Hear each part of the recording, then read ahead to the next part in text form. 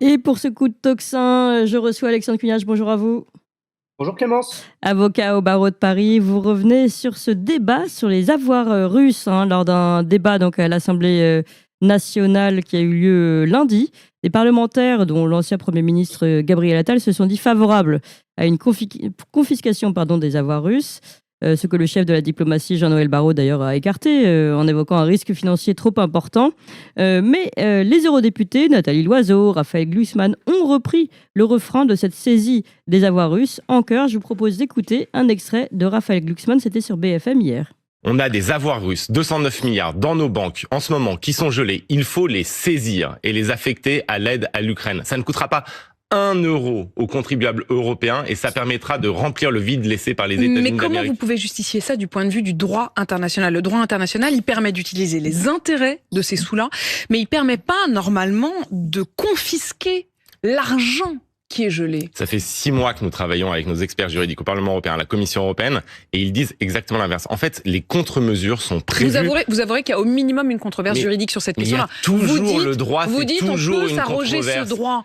C'est toujours une controverse. Face au crime d'agression, qui est le principal crime en droit international, et ce que la Russie a fait en Ukraine, il y a des contre-mesures qui sont légitimes. Vous savez, les sanctions qu'on a prises en ce moment sur la Russie, elles ont été validées par le Conseil de sécurité des Nations Unies? Non.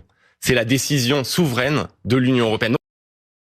Voilà, vous l'avez compris, Raphaël Glucksmann, qui est pour et qui dit que ses experts travaillent depuis désormais 6 mois sur la saisie de ces avoirs russes et que tout va bien, on n'est pas dans un problème juridique. Alors comment vous réagissez, Alexandre Cugnach? Oui, déjà, ils sont marrants ces gens parce qu'ils se gargarisent d'état de droit en permanence et dès que le droit les contrarie un petit peu, il faut trouver d'autres solutions.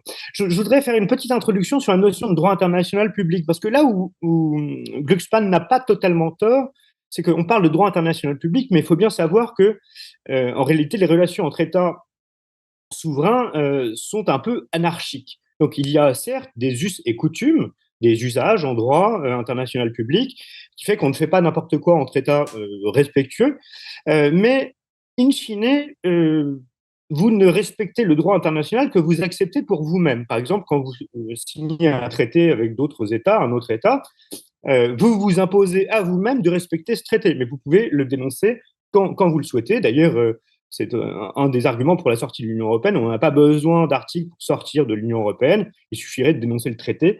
C'est tout à fait valide en droit international. Donc oui, il est vrai que on a à respecter que les règles que l'on s'impose. En revanche, l'usage, c'est que on ne confisque pas les biens ni d'un État étranger ni de particuliers, parce que là on parle d'avoirs russes, mais ce ne sont pas que les avoirs de l'État russe, hein, c'est aussi des avoirs de privés, de personnes privées, d'institutions, de particuliers, etc., qui sont placés en France et en Europe. Alors que dit le droit international lui-même? En l'état actuel du droit, enfin des usages et des coutumes, c'est qu'il est évidemment interdit d'exproprier sans compensation en droit international. Il y a une exception, il est vrai, c'est en cas de guerre. Mais à ma connaissance, la France et l'Union européenne n'ont pas déclaré la guerre à la Russie. Ou alors, soyons clairs et déclarons la guerre à la Russie. On va se faire atomiser la tête, ça va être très très bien. Enfin voilà, ça va être génial. Donc sur le plan du droit, c'est évidemment du foutage, voilà, du foutage de figure pour rester poli. Ces gens, ces grands démocrates, ces grands défenseurs, pardon, zélateurs de l'état de droit, s'assied dès que possible sur le droit. Après, il y a quand même une considération d'opportunité. Évidemment, on pourrait techniquement spolier les biens russes en Europe et en France. Mais demain, les Chinois, les Arabes, les Qataris, les Indiens, les Indonésiens, les Brésiliens, tous les gens qui sont un tout petit peu en divergence de vue avec la France et l'Europe, diraient, mais en fait, ces gens ne respectent rien, n'ont aucune parole. D'ailleurs, on le sait, hein, Merkel et Hollande se sont assis sur le traité de Munich, ce qui est la cause directe de l'intervention russe en Ukraine, il ne faut pas l'oublier. Donc oui, on se fiche de nous, on se fiche de notre parole et de notre signature, et bien continuons comme ça. Plus personne ne voudra discuter avec nous et on va être définitivement au banc de l'histoire. Donc ce n'est évidemment pas une solution, sauf encore une fois en pur droit, à à déclarer la guerre. Et dans ce cas-là, on sera dans le cadre du droit de la guerre. Il y a aussi un droit de la guerre, d'ailleurs dans le cadre duquel on doit respecter certaines conventions qu'on connaît, les conventions de Genève et autres. Je voudrais aussi attirer votre attention sur une autre chose. On a entendu Gabriel Face de Serpillière Attal, excellent Premier ministre de la France, nous dire, alors j'ai noté sa citation parce que c'est lunaire, hein, dans tout est délirant dans ce débat. Avant d'envisager de faire payer les Français et les Européens, utilisons ces près de 300 milliards d'euros d'avoirs russes pour aider l'Ukraine. Donc, si on comprend bien, donc ils veulent spolier les Russes. Bon, d'accord, ils sont très très méchants, donc on a le droit de les spolier. Oui. Avant de spoiler les Français. Mais ils nous disent c'est avant de spolier les Français et les Européens.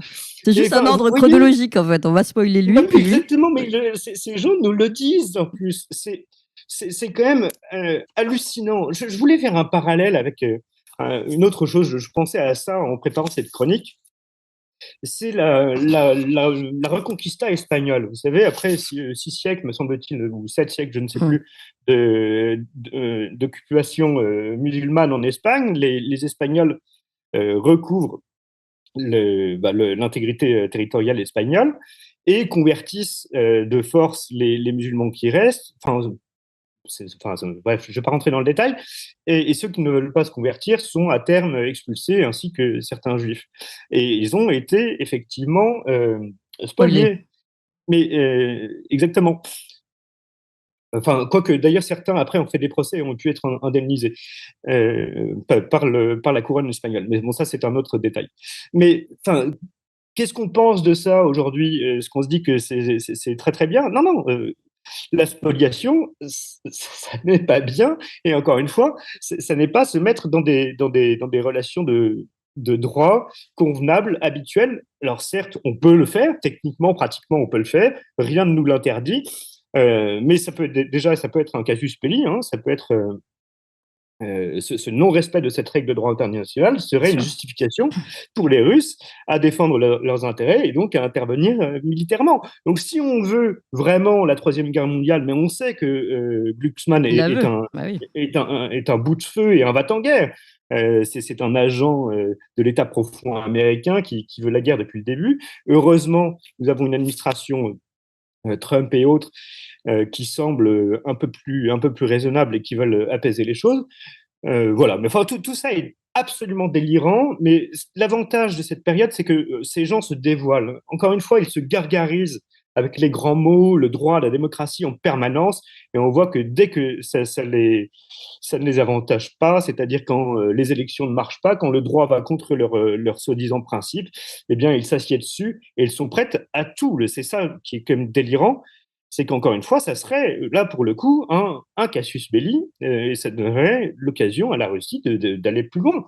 Et moi, je pense que, précisément, les Russes, face au lâchage américain et à la faiblesse de l'Europe et de la France en particulier, que je déplore, hein, moi, je suis un souverainiste et un nationaliste français, je suis tout à fait pour qu'on ait une défense autonome et puissante.